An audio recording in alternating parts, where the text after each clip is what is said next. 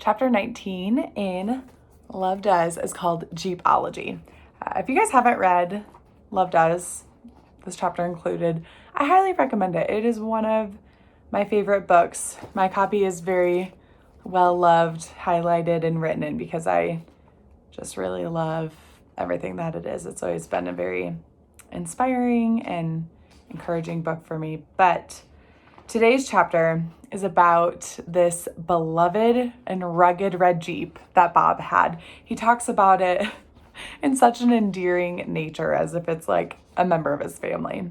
And so in this story, he describes this time when he's driving down the road in his beloved red Jeep and some car comes crashing into the side of his Jeep. So much impact that it causes his Jeep to barrel roll, and he wasn't wearing a seatbelt, and so he gets ejected from the car like 30 feet.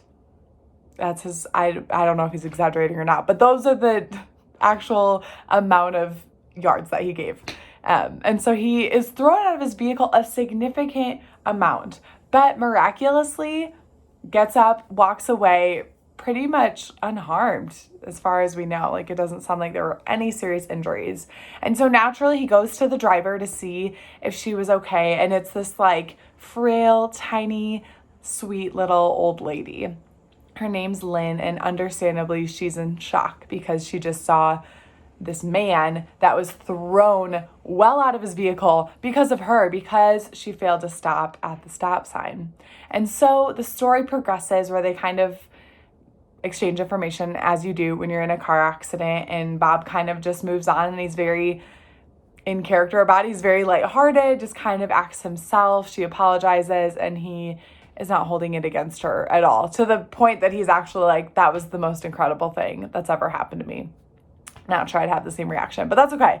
So the story goes on, and he keeps getting these random phone calls, very regular. They're happening often, and it starts the same where it's kind of the silence, and then on the other end it's Lynn, and she is apologizing to Bob again and again and again, to the point where Bob's like, please don't call me anymore. Stop calling me. Like, have moved on. You're forgiven. I don't hold this against you. We can be friends, but like, please don't apologize anymore.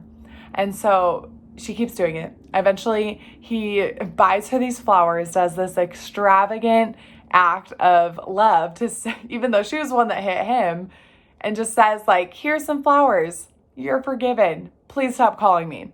And it's one just like a crazy story in itself. But to be honest, I relate with Lynn immensely. There's something in me that when I mess up, one apology or this like moment of remorse, it just doesn't feel like it's enough. I feel this urge that I need to apologize again and again. And it's almost as if it's in hopes that one of these times, one of these apologies of me saying sorry will make me feel better. Like, I'm waiting for this like internal change of how I'm feeling. And until I achieve that, I keep feeling sorry. I keep saying sorry, feeling remorseful. And so for Lynn, the reality was that things weren't going to go back to how they were, right? Bob's Jeep, it was never the same. It was a little rough around the edges to start with. And he talks about later how it just was in rough shape after the fact. I think he had to buy it back from insurance because it was totaled, and then eventually it was stolen. Like, it just, his poor Jeep, that was the end. And it was never that wasn't gonna change. Like, no amount of apologies were gonna rewind time to before that accident. But it didn't really matter. Bob had fully and extravagantly forgiven her. Nothing in him was holding anything against her, except maybe those relentless, slightly obnoxious amount of apologies. Bob recognized that in the same way that he had forgiven Lynn, God's already forgiven us too. And for me to keep clinging to my mistakes, to keep wallowing in my sin, honestly, it's just blatantly ignoring the truth that I'm forgiven. Jesus proved that on the cross. Bob proved it with maybe this like wild bouquet of flowers that was just beautiful and over the top.